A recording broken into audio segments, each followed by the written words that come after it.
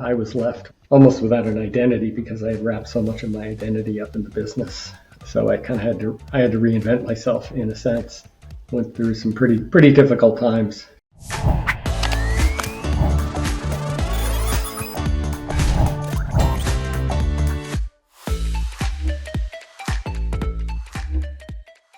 Hello and welcome to the Gross Profit Podcast. My name is James Kennedy. I'm the CEO and co-founder at procurementexpress.com. We take the hassle out of managing SMB spend without buying an ERP, but we're not here to talk about that today. Instead, I've got Joe Stafford from Trinity Biz Advisors, and Joe has a fascinating entrepreneurial career with several exits, dramas, ins and outs, including a $26 million math mistake that he helped one of his clients find. But these days, Joe is focusing more on, I don't want to put words in his mouth, but helping clients avoid some of the mistakes that he may have made in the past and making sure that they do their exit planning correctly. So if you're interested in, some finance stories, a little bit of war stories on a very interesting entrepreneurial career, as well as how you can consider preparing your clients or yourself for exit, stick around for the show. So, Joe, thanks very much for coming. Maybe you can kick us off by telling us something about you that not many people know. Well, thank you for having me on your podcast, James. Something that many people don't know about me, I guess, is that I was Entrepreneur of the Year in Orange County, California for the 2001 year in the business services category. So very good. Very impressive. Honor. Yes. Well, you can always feel like as an entrepreneur, it's a bit of one of those labels you just start to calling yourself. Most of us, probably aren't real entrepreneurs, but someone's certified your entrepreneurship in that way. It doesn't be gratifying, not just someone's got a side gig going. It was rather satisfying. Unfortunately, shortly after that, the wheels came off the business I was running. So it was a challenging time, but it was a wonderful award to receive and recognition. Well, we'll get into that, but to qualify you to be on the Gross Profit Podcast, you've got to have real experience. And you started off with public accounting, I believe. So how did you get into that? I did. I went to college. I grew up in Southern California. I went to a state school called Cal State Fullerton and got a degree in economics. I looked around with what my classmates were, the jobs they were getting, and it was primarily in insurance. So I decided to stay for another couple of years and get a degree in accounting. And I thought that was a better path. And I ended up going to work for a small firm in Irvine, California, primarily doing tax work. That I did that for about 4 years. So got my hours for my CPA certification. Very good. And then that led you into the world of electronics or electronic business, I guess, or electronic IC solutions. So maybe you explain a bit about what IC solutions is and how you came across that opportunity. Well, I take a step back. I started in industry as a CFO for a company called Viking Components, and they manufactured memory modules for those of us that remember way back when in the early to mid 90s. It was a company that was growing it was 26 million in revenue and it grew to 300 million while I was there, and learned an awful lot, but kind of grew dissatisfied with what I was doing at the business and always wanted to own my own business. And that's when I left in 97 to start IC Solutions. And so while you were there, I guess I won't want to bury the lead too much. We discussed a $26 million math mistake you found in that original business. Is that right? Yeah. So when I was working, being this is the Gross Profit Podcast, the business ran primarily on gross profit. That's how the salespeople were compensated. And that's where almost the entire focus of the business was on what kind of gross profit we were generating.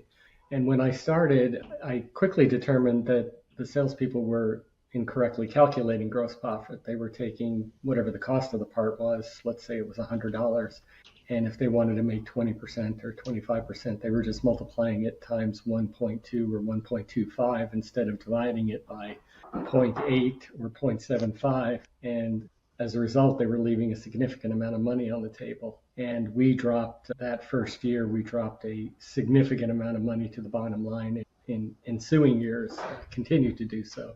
And I calculated it out to be roughly 26 million during my tenure there in additional profitability as a result of that simple change. I mean, it was really a simple math error. But I had people fighting me tooth and nail, not wanting to make the change. I mean, the pushback was, oh, hold on, I got to go. I've been quoting people at 1.2 times profit. And now I've got to go back and ask them for another 10%, I guess. Yeah. And did anyone care? The customers really did not care. It wasn't, I mean, it was a competitive market. The market in the electronics business historically has gone through kind of boom and bust cycles. And when I started there, it was going through, for us, what was a boom cycle, which would mean that product was very difficult to find in the marketplace. So we filled a gap in that the computer manufacturers were not filling. So we rushed in and the company grew pretty dramatically during the time I was there. It was quite a ride. So I guess of that 26 million, you got to pocket almost none, right? So were you a shareholder in that Almost business? Or? I was not. It was owned by one individual who was roughly my age, and he kept it very. That was one of the reasons why I left. Although he ended up giving ownership up after I left, so maybe that says something about me. I'm not sure, but yeah, that was one of the reasons why I decided to exit the business. I wanted to kind of be in charge of my own destiny, so to speak. Wow. So hats off to him in his 20s, by the sound of it, early 30s, $300 million business. He owned all of it. Yeah, pretty insane. Okay, so you saw the value you could add, sounds like, and you decided, hold on, I should be capturing more of this myself. So what opportunity did you come up with in order to do that? So the company Viking that I had been working for bought a lot of product from the spot market or the gray market because we couldn't get supplied by the traditional manufacturers, the Toshibas and Hitachis of the world. And a day didn't go by where a supplier didn't fall down on us and not deliver what they had promised to deliver. So my thinking was I could get into that side of the business, delivering product to manufacturing companies, but doing or actually saying what I was going to do and doing what I said I was going to do. So actually following through and being as upfront with customers as possible. Sometimes things do go wrong, but always trying to make it right and keep in constant contact with the customer. That was really the goal, because if they were dealing with us, they were typically in a very difficult situation. Their line was perhaps down and they needed product and they needed it now. So if we weren't going to be able to deliver on a commitment we made, I wanted to make sure that our sales staff was communicating that as quickly as possible. So one of my mantras is deliver news often and bad news even faster.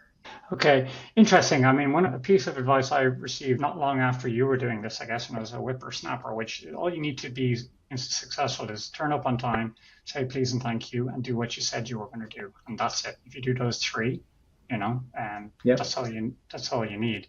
Sounds simplistic, surprisingly rare sometimes, like to be able to find it. So why were the other suppliers dropping the ball? Sounds like we'll go on to it now. It seems like a significant business you were able to build. So what was so hard for them? Was it not culturally wrong? Did they not do the right training? Or what was your guess as to why the service was so poor? I think that I would say that the majority of the people in that space were not business people. Maybe that's the best way to put it. They weren't committed to their long-term success of the organization that they were running. They were really much more focused on short-term wins rather than building long-term relationships. So they would be very, take advantage of a customer in a given situation when they knew that the customer was in a difficult spot. And they were not hesitant to burn a relationship if it didn't work out in their favor. So that's the primary reason that I think we had so much success. And we started in 97. I had a partner in the business in March of 97, and we grew to 60 million by December of 2000. So it was pretty rapid growth. Insane. I'm getting goosebumps thinking, just listening to this, all these people who managed to do this so fast. So it sounds like it was pretty sales focused before your competition was. Were you handling the sales yourself, or how did you avoid your sales team ending up in the same trap, kind of just taking advantage of people? What was because I'm sure it sounds like there was easy money to be made when you had someone over a barrel. Did you? There was. We grew very rapidly. My partner was in charge of the sales side of the business, but we had agreed in advance that this is how we were going to run the business and not be as rapacious, I guess, as our competition, and build a reputation rather than, as best we could in that market, rather than focusing on really short-term profitability. So we tried to inculcate that in our culture and made sure that in our training, as well as in subsequent reviews, that we were communicating what was working and what was not working for the sales staff. Okay. So less people think that you were averse to not capturing all the value you can. I went on to build ebomb.com, and you ended up buying from one arm of HP and selling it to another. So, which sounds like an opportunity and great arbitrage. Tell us about that. What was eBomb, and how did you end up selling to different parts of HP? So EBOM stood for Electronic Bill of Materials, and this was in the late 90s, early 2000s. And for those that aren't familiar with that time, I mean, the internet was in its very early stages, and we made a customer-facing software product that allowed customers to upload bills of materials, access inventory lists. And what we were doing, we were capturing information. So in the electronics business, a manufacturing company like HP, for example, they'll buy product from a component manufacturer, let's say Intel. They will take that Intel part number and then they'll give it their own part number. And oftentimes those part numbers don't match across the organization. So one division of HP is building computers, one division of HP is building printers, and the two aren't necessarily talking to each other. So we would capture information, we'd capture the manufacturer part number, then the customer part number and the division that it was associated with. And in this particular instance, we were able to find the product in an HP location in Puerto Rico in a different division and sell it to another HP location in Puerto Rico that was another division. And so we were the conduit between that. Well, someone's got to pay for that taxi fare, I guess. So that seems fair to me. Willing Yeah. buyer, willing seller. Yeah, my partner actually delivered the product to the ultimate buyer after sort of sanitizing it and taking all of the HP labels and such off of it. He delivered it in a taxi cab. Yeah. But you're making it sound far too easy, this business stuff so far, because everything seems to be breaking your way. But in 2003, that business faced some challenge. How did you go about negotiating that? It actually started, I guess, in early 2001, where the dot-com bubble burst. Cisco wrote off $2.5 billion in inventory in March of 2001, and that was kind of the beginning of the end. And unfortunately, I was, at that point in time, my partner and I had drawn swords against each other, and we were in the middle of a bitter fight, so I wasn't paying as close attention to the business, but I ended up getting him out of the business. And then in September of 2001, planes flew into buildings and sort of everything was up for grabs at that point in time. And my bank called our loan, and I ended up fighting with them for the next year and a half and finally settled with them. And I did end up getting the software that we had built as part of the settlement, but it was not a successful exit, that particular exit. Okay. But you did manage. So especially maybe at that time, the banks didn't value the software like you could?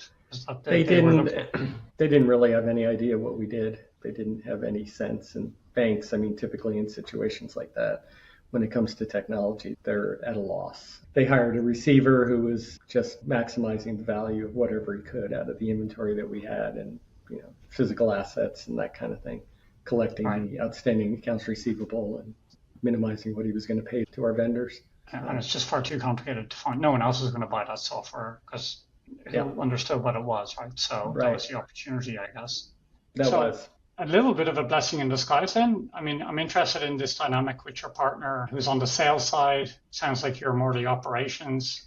And that's often a duo that teams up together. Yes. Looking back on it now, I know you said it had some acrimony at the time. What did you learn from that? Like, what was good or bad? Why do you think it went wrong? Don't have partners. Okay, interesting. I hope my partner's not listening to this. Tell me more. Yeah.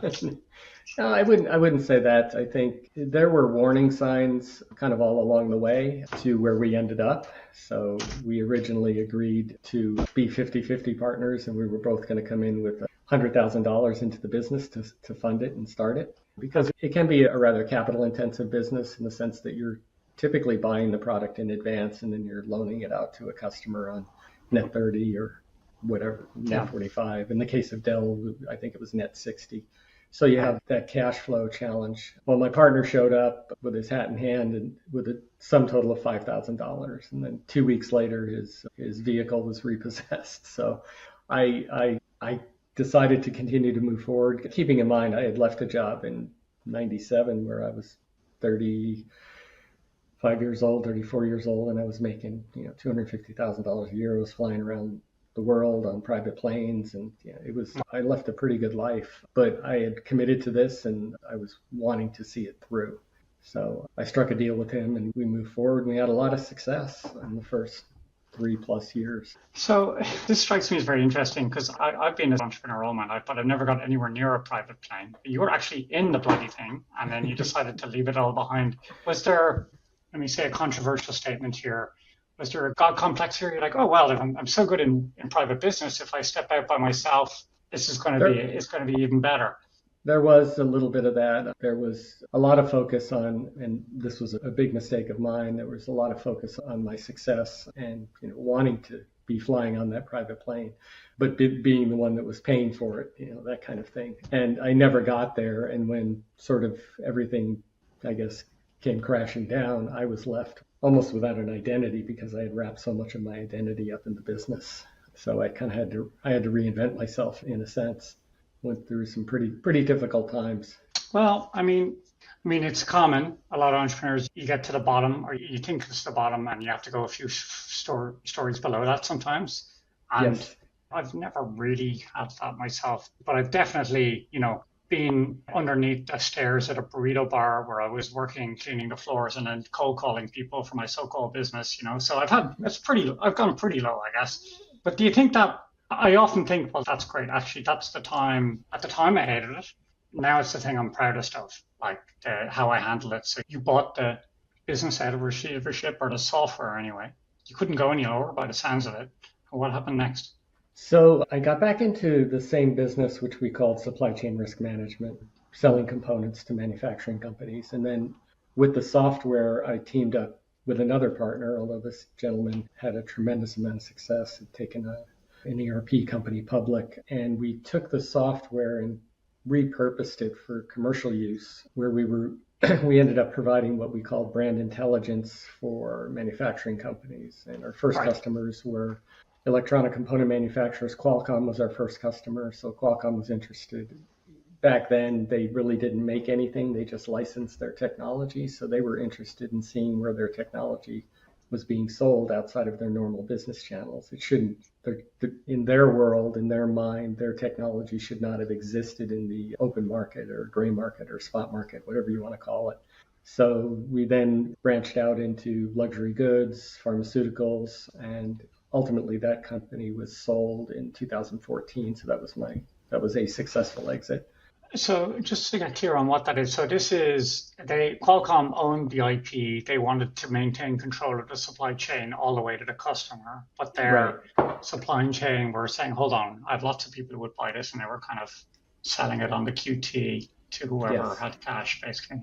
And you would that often happened. I mean, that's really why the gray market exists, is that a lot of manufacturing companies, for whatever reason, end up with excess materials, and they want it marketed out because their supplier isn't going to take it back, so they end up having to either destroy it and eat the cost of that, or they end up trying to get some value back on it. And even though they were under contract not to do that, so in most instances it's kind of a dirty little secret, and especially with Qualcomm, because they police their supply chain very tightly, and they had a former FBI agent that was actually running their security in this area. Right.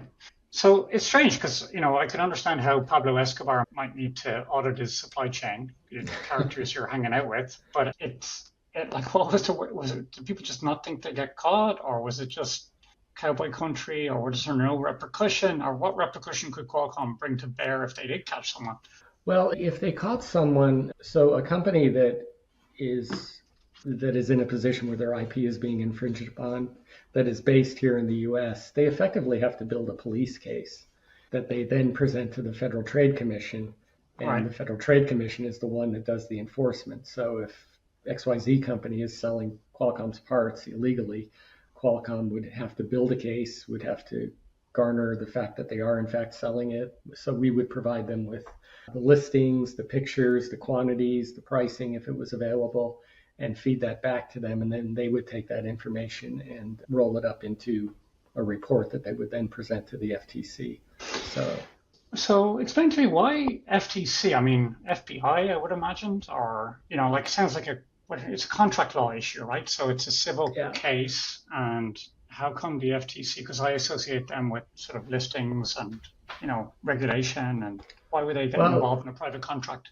The FTC, I guess, is the one that polices sort of transactions like that, cross-border transactions. I mean, the FBI would have been involved if there was something that was actually criminal. So the FBI would get involved if, say, counterfeit product was being sold. It was being represented as one thing and it was actually another thing. And that became a huge issue, and that's one of the reasons why I got out of the business when China became such a significant player in the contract manufacturing world, because we, as a country, the United States, shipped all of our e-waste to a province in China, and then they would take that e-waste, they would melt off the components off the boards, and in many cases, they would remark them. So they would go through a process which is called black topping, which is where they basically take the top part of the component, the epoxy, off, and then they would re-stencil it with a different part number if it fit the physical characteristics of the part number that somebody was looking for. But it probably didn't, in most cases, it didn't have any of the same physical characteristics. So, I mean, our part could be going into an airliner or something like that was mission critical, and lo and behold, it's not doing what it's supposed to do, and planes fall out of the So what I heard there was that the FTC is looking after American business interests abroad, like they would, you couldn't, so that's the purpose of them, but China was getting away with it. They didn't have any influence there. Yeah. And therefore, what was the point in prosecuting it in the first place, ultimately, I guess, but you got out ahead of that. Well, the onus in the U.S. falls on the company that is based here in the U.S. and that is in fact selling the product. So you, as a reseller of the product, need to make certain that what you're selling is in fact what your advertising is selling. So you don't want to be selling something that isn't as advertised, and that's where the FBI would get involved, or the FTC. So right.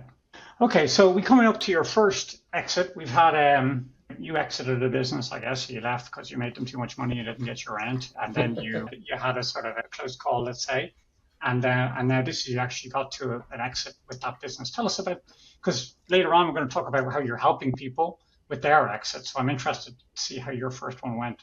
So I had two that were within about 2 years of each other. The first one was the supply chain risk management business that I started up, and I sold that in 2012. And it went well. I sold it to a competitor. It was friendly. It was effectively sold on I wouldn't say an earn-out basis. I mean, there was a component of that, which is something I wouldn't recommend to somebody that is in fact selling their business, because there's all sorts of, in this case, this didn't happen, but there's all sorts of games that could be played in that regard. And then the second one, the software company, I was no longer an actual operator in the business. I had left probably 5 years earlier, and there was professional management. Not that I'm not a professional, but there was management brought in by the board, and they ended up selling to a competitor. So I was just an investor at that point in time, and I didn't put any money into the business, and I walked away with a nice little sum. So that went well.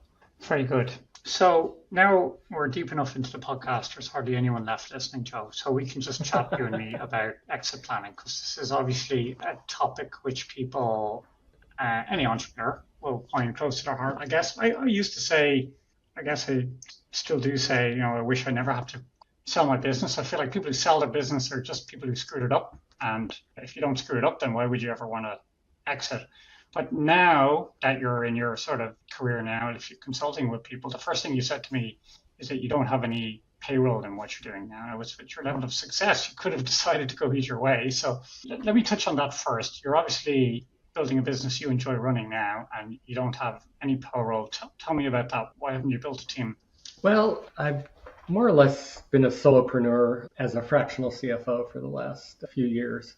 And now that I'm building this exit planning business, I'm anticipating having a team, but I'm not quite at that stage yet. So I say that having a payroll is the most thankless job in the world because you can pay people 51 out of 52 times, and then you screw up on the 52nd time, you're the second coming of the Antichrist. So that's what I've kind of been aiming for over the last several years. But now I think I'm at a stage where the business is starting to grow, and I will be hiring people, analysts, things of that nature. But I'll also be managing. My role in this process is really to kind of be the quarterback, and I'll be managing outside providers from legal to wealth planning to estate planning, all those types of things that kind of go into building a sellable business. Okay, well, this is the first point I want to double click on, which is that, you know, actually the word for people is someone's going to, there's business brokers, right? They'll help you find a buyer. There's things called investment bankers, which are unclear to me, but somewhat similar, but still don't trust them. And then there's obviously your CFO, and you've got your lawyer sometimes, and then your uncle might know someone who wants to buy a business. And then but there's, when you mentioned this quarter, what's your recommendation to someone who's thinking about selling their business or starting that process? Which of those characters should you start off with or none? Well, I think you should start early. Start with that because in most instances it takes 3 to 5 years to get a business ready for sale. The statistics are not in the favor of the business person. First of all, this is probably the one transaction that a business owner is going to be involved in, and they're typically sitting across the table from somebody that does it for a living. So there's an inherent mismatch in the capabilities. But I would say that they should work with somebody that is schooled in certified exit planning strategy as part of the Exit Planning Institute. That's the certification that I have, and that it's a methodology that's called the value acceleration methodology, and it really focuses on 3 things. It focuses on the business readiness, the owner readiness, and then the owner's financial. Those are kind of the 3 legs of the stool. So is the business ready to be sold? Is the owner ready to sell the business, which is a very big issue because polling or surveys suggest that 75% of owners are dissatisfied with the transaction a year later. And that's saying that 8 out of 10 businesses that go to market for sale don't sell. So it's, I think, working with somebody to, first of all, establish the value of your business, determine what it's worth today. And that this doesn't have to be a complicated process. You don't have to get a Houlihan in, and spend thousands of dollars. You can work with somebody that can do, I wouldn't say a back of the napkin approach, something more sophisticated than that, but it's not a full-blown valuation. And then determine how that stacks up to your competitors in the industry and that you're in. And then that's really the goal. That's the gap. If you're in the 50th percentile or the 60th percentile, that's what you want to capture over the next, say, 3 to 5 years. And there's steps to do, whether it could be marketing, it could be sales, it could be raising prices, it could be any number of things. And that's where I come in. Okay, so it sounds like, I'm going to dramatize this a little bit, but it sounds like you kind of, I say goose the business, but you do what it takes to make it look good for a couple of years. But am I reading too simply into that? Or is it, what's different to just trying to grow your business normally versus trying to get it ready for sale? Well, this is the process that I follow is a continual process. So it's not just goosing the business, as you had said. It's not just dressing it up for the prom, so to speak. You're actually building fundamental change into the business that is going to carry it forward, because that's what a buyer is looking for. A buyer is looking for a business that is sustainable without the owner. So that's one of the first things. I mean, can you, as an owner, can you leave the business for 2 weeks or a month or 3 months and the business continues on? And if it doesn't, then you have a fundamental problem. Right. You're probably too involved in the business. So that's one of the very early indicators of what will be ultimately a successful or unsuccessful sale. So you've been in a business that was sold and you had an earn out, dirty word, of sales, and then you've been in a business that got sold after you'd already left. Is it a slam dunk that you should try and leave your business first before you try and sell it? I mean, is that the ideal? No, I would say no. I would say you want to be involved in the business up until the time of sale. You could even offer to stay on after the fact on a consulting basis, but I would suggest that none of the value of the business be tied up into that subsequent period of time, whether it's a year or 2 years or whatever the case may be. And maybe you're just not ready to retire. You want to stay on, but you want to take some chips off the table. So I would say you want to be involved, but also you want to make sure that you're not the business, so to speak. Right. Yeah. It works without you. And I guess it can grow without, like the thing, of course, my ego immediately thinks that, oh, if I left this business, it would go off the rails or whatever. And part of me would wish that if I left it, it would, to validate my importance in the world. But I guess I don't really understand why you wouldn't want to leave first, because surely that really proves that it's going to be sustainable by its own thing. Like, why do you recommend people stay in, even if they get to the chance where you can, put a professional management in, head off? What's the thinking behind wanting to stay involved all the way through? Well, I think as it being your business, nobody's going to be as focused on its success or failure as you, as the owner. So I think that's the primary reason. If you don't, you're going to bring in a professional management team, but still you're going to be at the helm, really guiding the business and driving it. And quite frankly, if somebody has started a business and built it for decades, they're not going to want to walk away until they're ready, until they've hit that point, whatever that point may be. So I'm going to ask you at the end why you decided to adopt a system per se. But before we get to that, one last question on the types of client that you like to work with. Are these people, could be at any stage, or is there a typical skew towards people who are getting ready for retirement, or what's the general sort of demo of an ideal customer for you? So I would say there's really two strata. Here in the U.S., we have the baby boomer generation. I'm at the very tail end of the baby boomer generation. I'm 62 years old. The statistics say that there's $14 trillion in wealth that is going to change hands over the next 10 years. So a business owner has a few options. If they're running a successful business, they can maybe pass it off to their children. In most cases, children may not be interested in it. They can sell to their employees under an employee stock option plan, or they could sell to a third party, and that third party may be strategic, or it may be a financial buyer. So, here in the U.S. we have a huge private equity pool of money that's out there, but that's a whole art in and of itself. So, and do you help people with all three types, or is it primarily? Exit planning sounds like exit planning, but do you help people with like doing management buyouts or other strategies other than the strategic? Sure.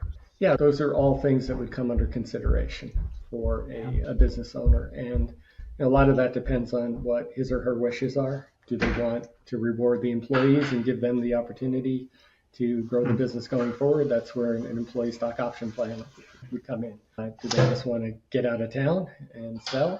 Maybe that's where selling to private equity or to a strategic buyer might come in, or even a financial buyer. So let me ask you a little bit about your decision to adopt a system. I guess would you describe it as certification in exit planning? I know there's a number of them out there. There's built to sell and there's different ones. What made you pick the one you've chosen? And why not just sort of roll it your own? You've got the experience, you got everything, you've done this before. I think it's nice to have another badge, I guess. There is a network of people that are in this that share information, share opportunities, and I think there's also the educational aspect. So there's events going on. So, and then also there's, as I mentioned, the framework, the value acceleration methodology that I can utilize. I could utilize that on my own, but it wasn't a significant investment to get certified. So I was kind of expecting you to maybe allude to the fact, does it make it easier to sell your own business someday if there's a market of people, you're working a system, like to go meta on this, are the exit planning certificate recipients selling to one another or aggregating and all that sort of stuff? I think there is that opportunity. I'm hoping to do this for another 8 to 10 years. And then at the end of that 8 to 10 years, hopefully I've built something of value that I can then sell to maybe somebody that's up and coming. I've got a book of clients, a book of business that I could sell, that I could trade. Okay, well, thanks very much, Joe. How can people get in touch with you if they're interested, if they sound familiar, they recognize themselves at the end of this conversation here? How can they get in touch? My email is the letter J, Stafford, Stafford, at trinitybiz, B-I-Z, advisors.com. That's my website as well. It's actually Trinity Business Advisors. So yeah, that's how people can get in touch with me. I'm also on LinkedIn. It's linkedin.com/in/jmstaff is my LinkedIn address. Very good. Well, thanks for coming. Thank you for listening this far into the show. I appreciate you staying with us. Your special reward, now this is the first time I'm announcing this, Joe. You're the first person to hear this now, right? So it might be a little bit old news by the time this comes out. But so I've been inspired by the waste, fraud, and abuse that's in the news recently and the talk. You can love them or hate them, but suddenly it's cool to recognize that waste, fraud, and abuse is not good. And some people might laugh, I would never do it, at government spending. But let's face it, a lot of private businesses are not immune from this. So what I've done is we launched a brand new product. It's called Red Flag. So you can get it at redflag.procurementexpress.com. What it will do is connect to your QuickBooks account and scan your account for telltale signs of waste, fraud, and abuse in about 30 seconds. It's free to try out. And if your special reward for staying with us in the podcast is to be able to go there right now and give it a go. All the data is not held in our servers. We're SOC 2 compliant. It's the easiest way you could maybe save your business, maybe easily save a lot of money by just checking for unusual transactions, random amounts, transactions out of business hours, transactions that have been duplicated. All of these things add up and can go slip under the radar very easily unless you're watching for it. So redflag.procurementexpress.com. Thanks, Joe. Thank you, James. Appreciate it. Have a great day.